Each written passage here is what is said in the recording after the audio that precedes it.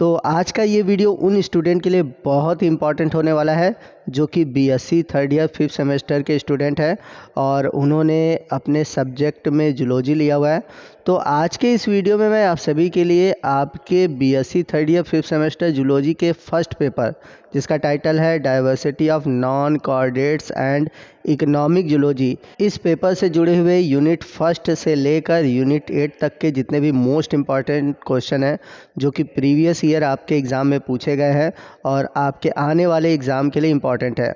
और ये वे क्वेश्चन हैं जो कि अलग अलग यूनिवर्सिटी में पूछे गए हैं। तो आपको अलग अलग यूनिट के लिए आपको अलग अलग वीडियो देखने की कोई ज़रूरत नहीं है। आपको एक सिंगल वीडियो में आपको हर एक यूनिट से जुड़े हुए जितने भी इम्पॉर्टेंट क्वेश्चन हैं वे सभी क्वेश्चन मिल जाएंगे। तो वीडियो बहुत ही इम्पॉर्टेंट है, वीडियो को ध्यान से देखिएगा, पूरा देखिएगा, वीडियो को कहीं स्किप मत कीजिएगा। तो आइए चलते हैं पहले यूनिट की ओर।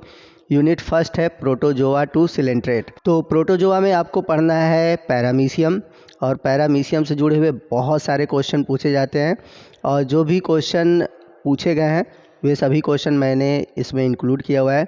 तो सबसे पहला क्वेश्चन है describe transverse binary fission of paramecium caudatum. तो पैरामीशियम के एक स्पीसीज काउडेटम है, उसके बाइनरी फिशन के बारे में पूछा हुआ है। तो बाइनरी फिशन किसी का भी पूछे, किसी भी स्पीसीज के लिए पूछे, आपको आंसर एक ही तरह देना है, इसके लिए आप कंफ्यूज मत होइएगा। सेकंड क्वेश्चन है define conjugation, describe the process of conjugation. बहुत ही इंपॉर्टेंट ये क्वेश्चन है और पैरामीशियम से जुड़ा हुआ एक इम्पॉर्टेंट टॉपिक है। तो पैरामीशियम में कंजुगेशन रिप्रोडक्शन कैसे होता है उसके बारे में आपको बताना है, इसका पूरा प्रोसेस क्या है इसके बारे में बताना है। तो बहुत ही इंपॉर्टेंट क्वेश्चन है दोस्तों, इस क्वेश्चन को आप जरूर तैयार रखिएगा। अगला क्वेश्चन है distinguish between conjugation and autogamy in paramecium. तो पैरामीशियम में आपको कंजुगेशन और ऑटोगैमी इनमें क्या डिफरेंस है, और आपको बता दें कि ऑटोगैमी से जुड़ा हुआ अलग से भी क्वेश्चन शॉर्ट नोट में पूछा जाता है, तो ऑटोगैमी भी आप पढ़ लीजिएगा। इसके बाद अगला जो क्वेश्चन है इम्पॉर्टेंट है वो है describe the ultra structure of सीलिया। तो पैरामीशियम में आप देखेंगे कि आपको ढेर सारे सीलिया देखने को मिलेंगे चारों तरफ। तो सीलिया के अल्ट्रा स्ट्रक्चर के बारे में पूछा गया है, तो ये इम्पॉर्टेंट क्वेश्चन है। और इसी से जुड़ा हुआ एक बहुत इम्पॉर्टेंट क्वेश्चन है ट्राइकोसिस्ट। तो ट्राइकोसिस्ट क्या होता है ये ज़रूर पढ़िएगा। और एक और भी बहुत ही इम्पॉर्टेंट क्वेश्चन है जो कि है right notes on kappa particle. Kappa particle दोस्तों बता दूं बहुत इंपॉर्टेंट है ये जो क्वेश्चन है हमेशा पूछे जाने वाला क्वेश्चन है। तो अगर आपने पैरामीशियम में रिप्रोडक्शन पढ़ा होगा तो वहाँ पर आपको कप्पा पार्टिकल ज़रूर देखने को मिलेगा। तो दोस्तों ये क्वेश्चन आप ज़रूर तैयार रखिएगा। वहीं अगर हम यूनिट फर्स्ट से जुड़े हुए लॉन्ग क्वेश्चन की बात करें तो पहला जो इम्पोर्टेंट क्वेश्चन है वो है give an account of structure and function of various cell found in sycon. तो साइकॉन में जो आपको अलग अलग तरह के सेल दिखाई देते हैं उसके इंटरनल स्ट्रक्चर में और उसके क्या क्या फंक्शन है वो भी टॉपिक इम्पॉर्टेंट है। और साइकॉन से आपको बता दें कि इसका जो वाटर कैनाल सिस्टम है ये टॉपिक बहुत इम्पॉर्टेंट है और इस टॉपिक से बहुत सारे क्वेश्चन पूछे जाते हैं। तो अगर आप वाटर कैनाल सिस्टम साइकॉन का याद करते हैं तो उसी से जुड़े हुए जो बॉडी वॉल में अलग अलग सेल है उसके जो अलग अलग फंक्शन है वो सभी टॉपिक उसी में आ जाएगा। तो आप ज़रूर साइकॉन के वाटर कैनाल सिस्टम को पढ़िएगा। इसके बाद जो सिलेंट्रेट से जुड़ा हुआ एक बहुत इंपॉर्टेंट क्वेश्चन है कि सिलेंट्रेट के जो क्लासिफिकेशन है उसके बारे में बताना है। और सिलेंट्रेट से ही जुड़ा एक बहुत ही इंपॉर्टेंट टॉपिक है जो कि है पॉलीमॉर्फिज्म, यानी कि पॉलीमॉर्फिज्म के बारे में आपको बताना है। तो अगर आपने ओबेलिया पढ़ा है तो आपके सिलेबस में ओबेलिया मेंशन है।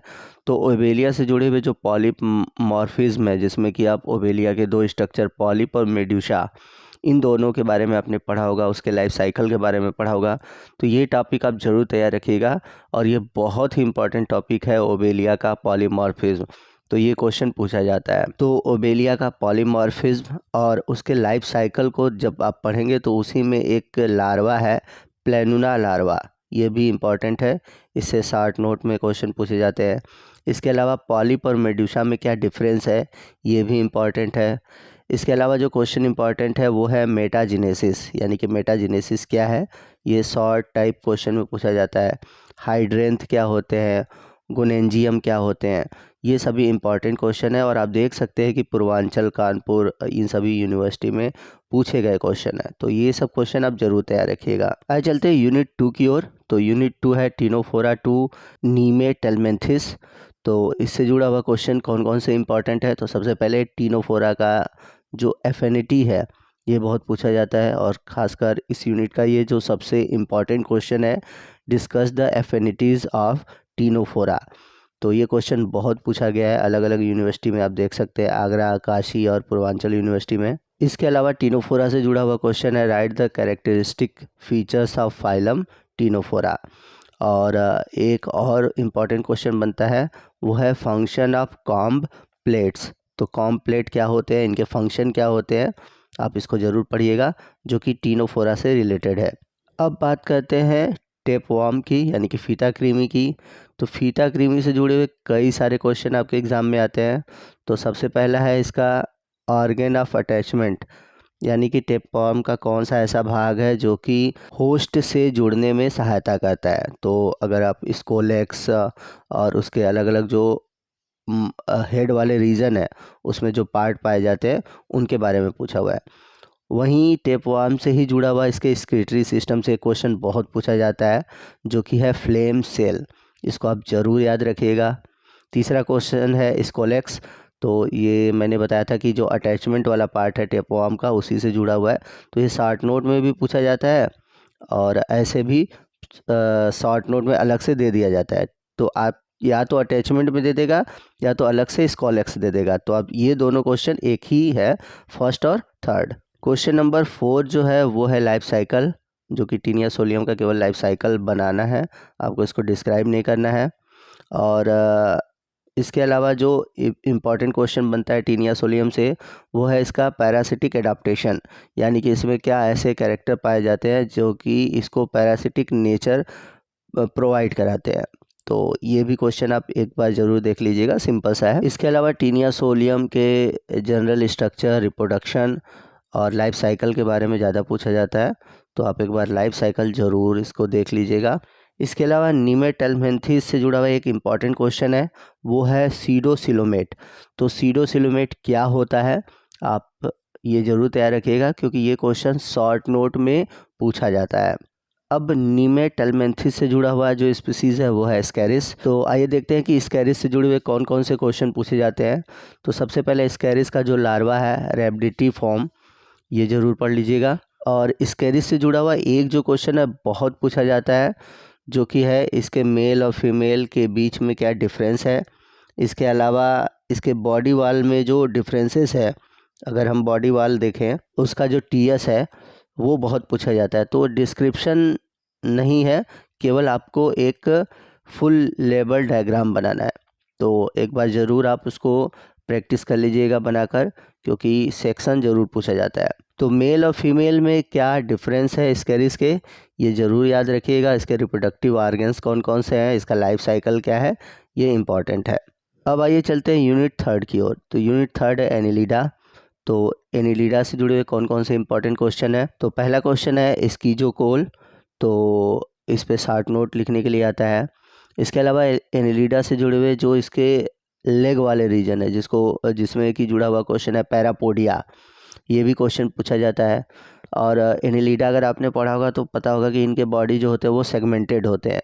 तो इनके सेगमेंटेड बॉडी से रिलेटेड क्वेश्चन आते हैं, इनके बॉडी कैविटी कैसे होते हैं, इनके लार्वा कैसे होते हैं। और एनिलिडा में जुड़े हुए जो इम्पॉर्टेंट क्वेश्चन है वो है स्केटरी सिस्टम, यानी कि इसके स्केटरी सिस्टम से जुड़े हुए कौन से पार्ट होते हैं। जैसे कि आपने टीनिया सोलियम में देखा कि उससे रिलेटेड जो इम्पॉर्टेंट क्वेश्चन था स्केटरी सिस्टम से वो था फ्लेम सेल। तो उसी तरह एनिलिडा से जुड़े हुए जो स्केटरी सिस्टम है वो कौन से है उसके बारे में बताना है। इसके अलावा अगर हम बात करें कि एनिलिडा में आपको पढ़ना क्या है, तो एनिलिडा में आपको पढ़ना है लीच। तो लीच के बॉडी वॉल का स्ट्रक्चर, हीमोसिलोमिक सिस्टम और फीमेल का जो रिप्रोडक्टिव आर्गन है इसके बारे में बहुत ही क्वेश्चन पूछा जाता है। इसके अलावा बहुत सारे शॉर्ट क्वेश्चन जो है वो लीच से पूछे जाते हैं। और अगर आपने लीच पढ़ा होगा तो आपको पता होगा कि उसका साइंटिफिक नेम है हिरुडिनेरिया। तो पहला तो जो इम्पोर्टेंट क्वेश्चन है इसका सेगमेंटेशन, और दूसरा जो क्वेश्चन है जो कि बहुत ही इम्पॉर्टेंट है वो है बटरॉइडल टिश्यू, ये बहुत इंपॉर्टेंट क्वेश्चन है दोस्तों, आप इसको ज़रूर तैयार रखिएगा, ये क्वेश्चन बहुत बार पूछा हुआ है।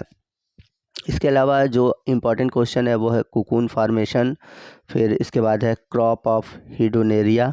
अगर इसके बॉडी सेक्शन को देखेंगे तो आप वहीं पे क्रॉप वाला सिस्टम देखेंगे। और जो एक इम्पॉर्टेंट और क्वेश्चन है वो है टेस्टिकुलर नेफ्रीडियम ऑफ लीच, यानी कि जब आप इसका स्केटरी सिस्टम पढ़ेंगे तो कुछ जो नेफ्रीडियम है, यानी कि इसका जो स्केटरी ऑर्गन है टेस्टिस से जुड़ा होता है, तो उसी को हम बोलते हैं टेस्टिकुलर नेफ्रीडियम। तो ये भी बहुत इंपॉर्टेंट क्वेश्चन है। आइए चलते हैं यूनिट 4 की ओर, जो कि है आर्थ्रोपोडा, और सबसे इम्पॉर्टेंट यूनिट ये है आर्थ्रोपोडा, क्योंकि आर्थ्रोपोडा से जुड़े हुए बहुत सारे क्वेश्चन बनते हैं। तो पहला क्वेश्चन है व्हाट आर यूरोपोड्स। तो यूरोपोड्स क्या होते हैं?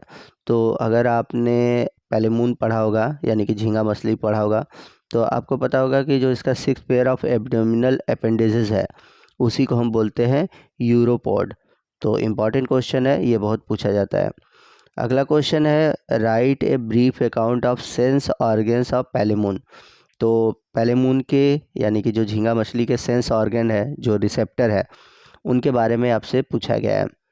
इसके बाद पैलेमून से जुड़े हुए इंपॉर्टेंट क्वेश्चन है, जैसे कि इसके कंपाउंड आई के बारे में पूछा जाता है, इसके इमेज फॉर्मेशन के बारे में पूछा जाता है। तो इमेज फॉर्मेशन से जुड़ा हुआ एक इम्पॉर्टेंट क्वेश्चन है जो कि 60 क्वेश्चन में पूछा जाता है, मोज़ेक विज़न क्या है। ये भी एक इम्पॉर्टेंट क्वेश्चन है, तो यहाँ पर इंक्लूड नहीं है वो क्वेश्चन, लेकिन आप उसको एक बार ज़रूर पढ़ लीजिएगा। इसके अलावा प्रॉन का जो अपेंडिसेस है ये बहुत ही इम्पॉर्टेंट है दोस्तों, इसको आप ज़रूर तैयार रखिएगा। इसके जितने भी अपेंडिसेस हैं, चाहे वो सिफेलिक है, चाहे थोरेसिक है, चाहे वो एब्डोमिनल अपेंडिसेस हैं, उनको डिटेल से पढ़िएगा। और इन सभी टॉपिक पर हमारे चैनल पर वीडियो पड़े हुए हैं, चाहे आप आर्थ्रोपोडा हो, चाहे पहला यूनिट हो, सेकंड यूनिट हो, 7 यूनिट हो, मतलब यूनिट 1 से लेकर यूनिट 8 तक के जितने भी टॉपिक आपके सिलेबस में मेंशन है, उन सभी टॉपिक से रिलेटेड वीडियो आपको मिल जाएंगे और प्लेलिस्ट वाइज मिलेंगे, यानी कि हर एक यूनिट का आपको प्लेलिस्ट मिलेगा। तो आप एक बार ज़रूर हमारे चैनल को विजिट करिएगा। चलते हैं अगले इंपॉर्टेंट क्वेश्चन की ओर। तो अगला क्वेश्चन है पैलेमून के नर्वस सिस्टम, यानी कि झींगा मछली का नर्वस सिस्टम, ये भी बहुत इंपॉर्टेंट है। और इसी नर्वस सिस्टम से जुड़ा हुआ है गैंग्लिया नर्वस, और जो कनेक्टिव नर्व्स है ये इम्पॉर्टेंट है। इसके अलावा पैलेमून के जो रिप्रोडक्टिव पार्ट है, मेल और फीमेल के रिप्रोडक्टिव पार्ट है, इसका जो लाइफ साइकिल है, इसका जो फर्टिलाइजेशन है, ये भी इम्पॉर्टेंट है। कहने का मतलब कि जो प्रॉन है या फिर जो पैलेमून है, ये बहुत ही इंपॉर्टेंट टॉपिक है और इससे बहुत सारे क्वेश्चन बनते हैं। और एक और क्वेश्चन है जो कि है स्टैटोसिस्ट, तो इस पे 60 नोट आपसे एग्ज़ाम में पूछा जाता है। आइए चलते हैं यूनिट 5 की ओर, जो कि मोलस्का टू हेमिकॉर्डेटा। तो मोलस्का से जुड़े हुए कौन कौन से क्वेश्चन है? तो मोलस्का में आपको पढ़ना है पाइला, तो पाइला के रिस्पायरेटरी ऑर्गन के बारे में आप ज़रूर पढ़ लीजिएगा। ऑस्फेरेडियम के बारे में बहुत पूछा जाता है, चूँकि पाइला में जुड़े हुए आपको 2 तरह के रिस्पायरेटरी सिस्टम देखने को मिलता है, एक तो एरियल है, एक है एक्वाटिक। तो इसलिए पाइला का रिस्पायरेटरी सिस्टम बहुत पूछा जाता है, ठीक। इसके अलावा पाइला के हैबिट और हैबिटेट, इसका जो सेल का स्ट्रक्चर है जो उसके बारे में पूछा जाता है। वहीं लॉन्ग क्वेश्चन में पाइला से जुड़ा हुआ इसका नर्वस सिस्टम बहुत पूछा जाता है। और अगर आप इकाइनोडर्मेट्स पढ़ते हैं तो इकाइनोडर्मेट्स से जुड़ा हुआ आपने पढ़ा होगा स्टारफिश, यानी कि पेंटोसिरोस, तो इसका फुट कैनाल सिस्टम जो है ये बहुत पूछा जाता है। या फिर कह सकते हैं इसका जो वाटर वस्कुलर सिस्टम है, ये क्वेश्चन बहुत पूछा जाता है, आप इसको ज़रूर तैयार करिएगा, ठीक है। इकाइनोडर्मेट्स से जुड़ा हुआ यही एक इम्पॉर्टेंट क्वेश्चन है। और कभी कभी इसके एक्सोस्केलेटन के बारे में भी पूछा जाता है कि इसके ऊपर जो एक्सोस्केलेटन पाए जाते हैं, कुछ कांटेनुमा संरचना पाई जाती हैं, ये भी क्वेश्चन पूछा जाता है। चलते हैं यूनिट 6 की ओर, जो कि है वेक्टर्स एंड पेस्ट। तो यूनिट 6 से जुड़े हुए क्वेश्चन है। पहला क्वेश्चन है which mosquito function as the carrier of malaria parasite, यानी कि मलेरिया परजीवी का वाहक कौन सा मच्छर है।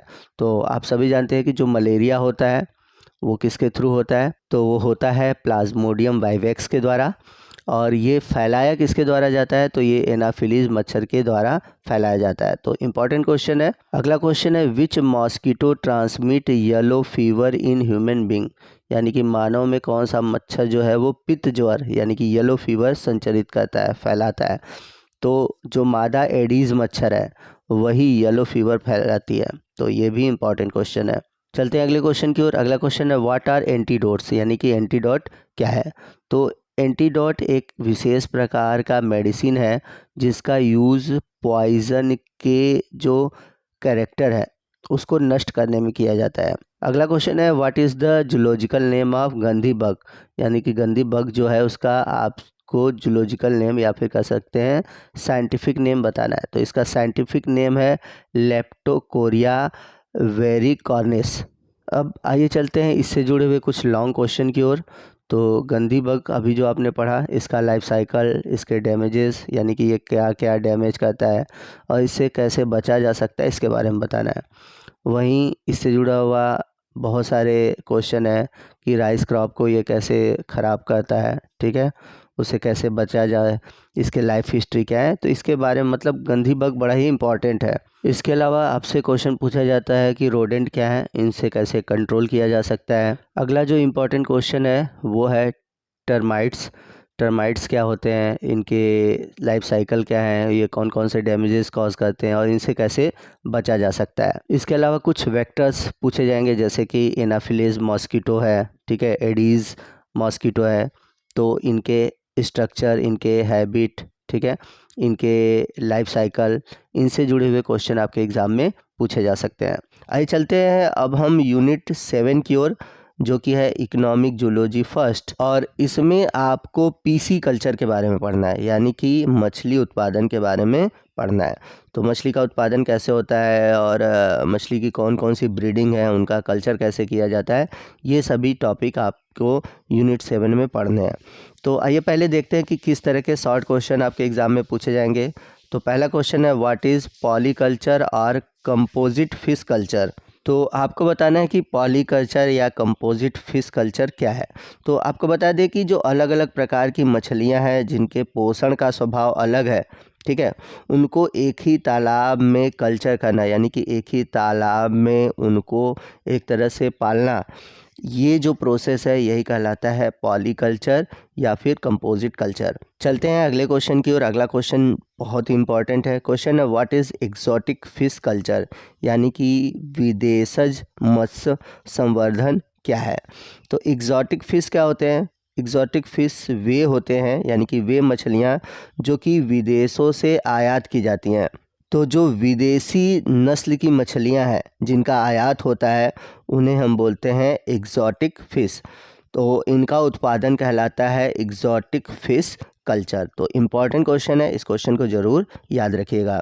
आइए चलते हैं लॉन्ग क्वेश्चन की ओर, देखते हैं कि किस तरह के लॉन्ग क्वेश्चन पूछे जा सकते हैं। तो यहाँ पर मैं आपको बता दूँ कि जो पीसी कल्चर है आप इसको एकदम याद रखिए, क्योंकि इससे आपके एग्ज़ाम में एक क्वेश्चन ज़रूर आएगा, क्योंकि इस यूनिट में बस एक ही टॉपिक पढ़ना है। तो पीसी कल्चर के कौन कौन से टेक्निक है, ठीक है, या कुछ जो मछलियां हैं विशेष प्रकार की उनके बारे में आप याद रखिए, उनका कैसे कल्चर किया जाता है, उनके कल्चर का टेक्निक क्या है, या फिर कौन कौन से मछलियों की ब्रीड है जिनका की कल्चर किया जाता है। तो यही क्वेश्चन आपको कई तरीके से पूछा जा सकता है, देख सकते हैं हर क्वेश्चन अथवा करके दिया हुआ है। जैसे कि कुछ क्वेश्चन मैं देख ले रहा हूँ, आपको बता दे रहा हूँ। जैसे पहला क्वेश्चन है give outline of inland PC culture in India. फिर इसके बाद है कि इंड्यूस ब्रीडिंग क्या है, पॉन्ड मैनेजमेंट फिश कल्चर क्या है, या फिर फिश कल्चर क्या है, इजी तरीका दिया हुआ है, ठीक है। पॉन्ड कल्चर बार बार पूछा हुआ है, या फिर पीसी कल्चर को फिश फार्मिंग के नाम से भी पूछा जा सकता है। तो एक ही क्वेश्चन आपको कई तरीके से पूछा जा सकता है। और इंडिया एक दो तरीके से क्वेश्चन बन सकते हैं, एक तो पॉन्ड कल्चर देकर दे सकता है और दूसरा इंडिया में जो पीसी कल्चर टेक्निक है उसके बारे में दे सकता है। तो कुल मिलाकर देखा जाए तो आपको पीसी कल्चर ही क्वेश्चन में आने वाला है। यूनिट 8 में आपको पढ़ना क्या है। तो यूनिट 8 में आपको सेरीकल्चर, एपीकल्चर, लैक कल्चर और वर्मी कल्चर के बारे में पढ़ना है। तो आइए देखते हैं इनसे जुड़े हुए कौन से क्वेश्चन आपके लिए इम्पोर्टेंट है। तो पहले क्वेश्चन की ओर चलते हैं। पहला क्वेश्चन है व्हाट इज़ रीलिंग, यानी कि रीलिंग क्या है।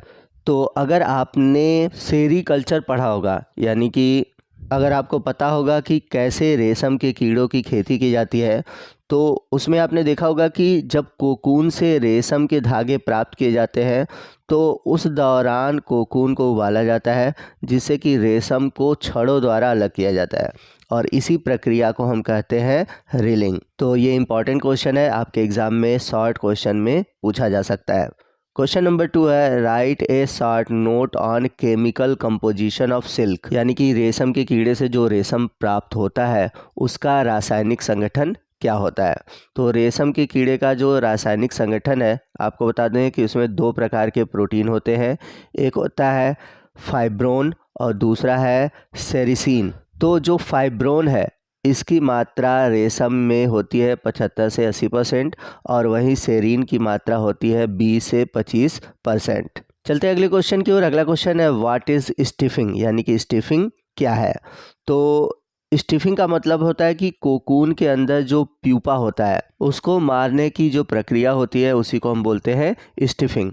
अगला क्वेश्चन है, व्हाट इज़ फ्लेचरी। तो आपको बता दें कि जो फ्लेचरी है ये एक प्रकार के रोग का नाम है जो कि रेशम के कीटों में पाए जाते हैं, जिसमें कि जो रेशम के कीटों का जो शरीर है जीवाणुओं के आक्रमण के कारण क्या होता है, सड़ जाता है, और इसी कंडीशन को हम कहते हैं फ्लेचरी। अगला क्वेश्चन है, व्हाट इज़ सेरीकल्चर, यानी कि सेरीकल्चर क्या है। तो सेरीकल्चर एक प्रकार का प्रोसेस है जिसमें कि रेशम के कीड़ों की खेती की जाती है और उनसे रेशम निकाले जाते हैं।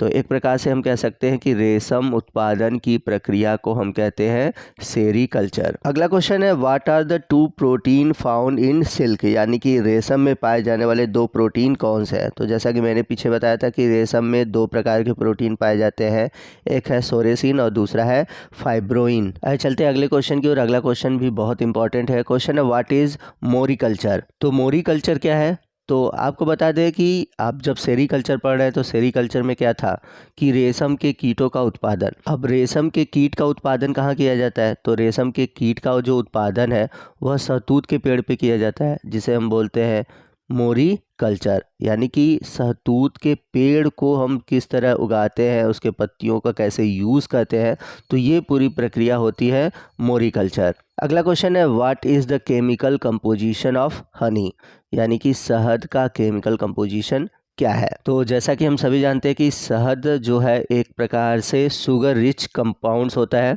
जिसमें कि लिबुलोज जो शुगर है वो 38.9% होता है, डेक्सट्रोज 21.28% होता है, माल्टोज जो होता है वो 8.81% होता है।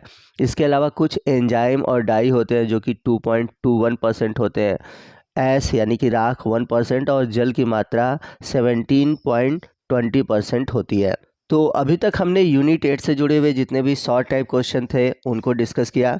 आइए देखते हैं कि इनसे जुड़े हुए लॉन्ग क्वेश्चन जो है वो किस तरह के पूछे जाएंगे। तो यूनिट 8 से जुड़े हुए लॉन्ग क्वेश्चन देखते हैं। तो पहला जो क्वेश्चन है वो है, describe the general feature, life history and production of silk moth, यानी कि जो रेशम के कीड़े हैं उनके जनरल फीचर्स बताने हैं, उनकी लाइफ हिस्ट्री बतानी है और किस तरह से सिल्क का प्रोडक्शन किया जाता है इनसे, इसके बारे में बताना है। अब यही क्वेश्चन आपको अलग अलग तरीके से भी आ सकता है, जैसे कि आ सकता है describe the rearing the mulberry silk worm, तो अभी रियरिंग मैंने पीछे बताया था, या फिर सेरीकल्चर देकर ये क्वेश्चन पूछ सकता है, या फिर यही क्वेश्चन ऐसे भी पूछ सकता है कि describe in detail the life cycle of silk worm, यानी कि रेशम के कीड़े का जो जीवन चक्र है उसके बारे में बताइए। तो कुल मिलाकर आपको जो सिल्क वॉर्म है इसके बारे में डिटेल में पढ़ना है, आप इसको अच्छे से पढ़ लीजिएगा, बहुत ही इम्पॉर्टेंट क्वेश्चन है। तो जो व्यूअर्स हमारे चैनल पर नए हैं उनको मैं बता दूं कि आपके BSc third year 5th semester, चाहे बॉटनी के पेपर हो चाहे जूलॉजी के पेपर हो, जो भी आपके सिलेबस में मेंशन टॉपिक है यूनिट 1 से लेकर यूनिट 8 तक, उन सभी टॉपिक पर मैंने वीडियो बनाया हुआ है। तो आप चाहे तो ऊपर आई बटन में और नीचे डिस्क्रिप्शन बॉक्स में देख सकते हैं, आपको हर एक टॉपिक के वीडियो मिलेंगे। तो पहले आप अगर टॉपिक नहीं देखे हैं जैसे सेरीकल्चर, एपीकल्चर, लैग कल्चर, तो उनसे रिलेटेड वीडियो देख लीजिए, तभी आप इन तरह के जो क्वेश्चन है, यानी कि जो आपके एग्ज़ाम में इस तरह के क्वेश्चन पूछे जाएंगे, तभी उनके आंसर जो है आप दे पाएंगे। तो एक बार ज़रूर टॉपिक से रिलेटेड वीडियो देख लें। आइए चलते हैं अगले इम्पॉर्टेंट लॉन्ग क्वेश्चन की ओर। अगला है describe the life history of Apis indica and economic importance of honey bee. तो यहाँ पर आपसे हनी बी के बारे में पूछा हुआ है। तो ये जो टॉपिक है ये एपी कल्चर से जुड़ा हुआ है। तो हनी बी के बारे में आप ज़रूर पढ़ लीजिएगा। खासकर इसके जो कॉलोनी है, इसके कॉलोनी में किस तरह के मेंबर पाए जाते हैं, उनके जनरल कैरेक्टर्स क्या होते हैं, ये सब ज़रूर पढ़िएगा। क्वेश्चन नंबर 4 क्वेश्चन नंबर 3 से ही जुड़ा हुआ है। क्वेश्चन को बस बदला हुआ है। क्वेश्चन है right an essay on AP culture in India, यानी कि भारत में जो एपी कल्चर है, यानी कि जो मधुमक्खी पालन है, उसके बारे में बताना है। या फिर एपी कल्चर का मेथड क्या है, कैसे हनी प्रोडक्शन किया जाता है, हनी का इकोनॉमिक इम्पॉर्टेंस क्या है, ये भी क्वेश्चन पूछा जा सकता है। चलते हैं अगले क्वेश्चन की ओर। तो अगला क्वेश्चन लाख के उत्पादन से है। तो describe the life cycle of lac insect and economic importance of lac. तो लैक का उत्पादन कैसे किया जाता है और जो लैक के कीड़े हैं वो उनका लाइफ साइकिल कैसे होता है, उनका पूरा जीवन चक्र कैसा है, इन सब के बारे में बताना है। तो दोस्तों ये था हमारा आज का वीडियो, जो कि आपके BSc third year 5th semester zoology के जो फर्स्ट पेपर है उससे जुड़ा हुआ था। तो फर्स्ट पेपर में जितने भी इम्पॉर्टेंट क्वेश्चन थे यूनिट 1 से लेकर यूनिट 8 तक के, सभी मैंने यहाँ पर डिस्कस कर लिए हैं। आप इन सभी क्वेश्चन को देखते हैं तो आपके एग्ज़ाम में बहुत अच्छे नंबर आएंगे। तो आप प्लीज़ समय निकालिए, पूरे वीडियो को देखिए, जितने इम्पॉर्टेंट क्वेश्चन हैं सभी क्वेश्चन को अटेम्प्ट कीजिए। तो आपको आज का ये वीडियो कैसा लगा कमेंट करके ज़रूर बताइएगा। वीडियो को प्लीज़ लाइक करिएगा, क्योंकि बहुत मेहनत होती है कि हर एक यूनिट से आपके लिए इम्पॉर्टेंट क्वेश्चन लाया जाए, ठीक है। और जो भी हमारे व्यूवर्स हमारे चैनल पर नए हैं और अभी तक हमारे चैनल को सब्सक्राइब नहीं किए हुए हैं, तो प्लीज़ चैनल को सब्सक्राइब कर लें, ताकि जब भी मैं इस तरह की इन्फॉर्मेटिव वीडियो अपलोड करूं उसका नोटिफिकेशन आपको मिलता रहे। तो मिलते हैं अगले वीडियो में अगले टॉपिक के साथ। तब तक के लिए जय हिंद, जय भारत।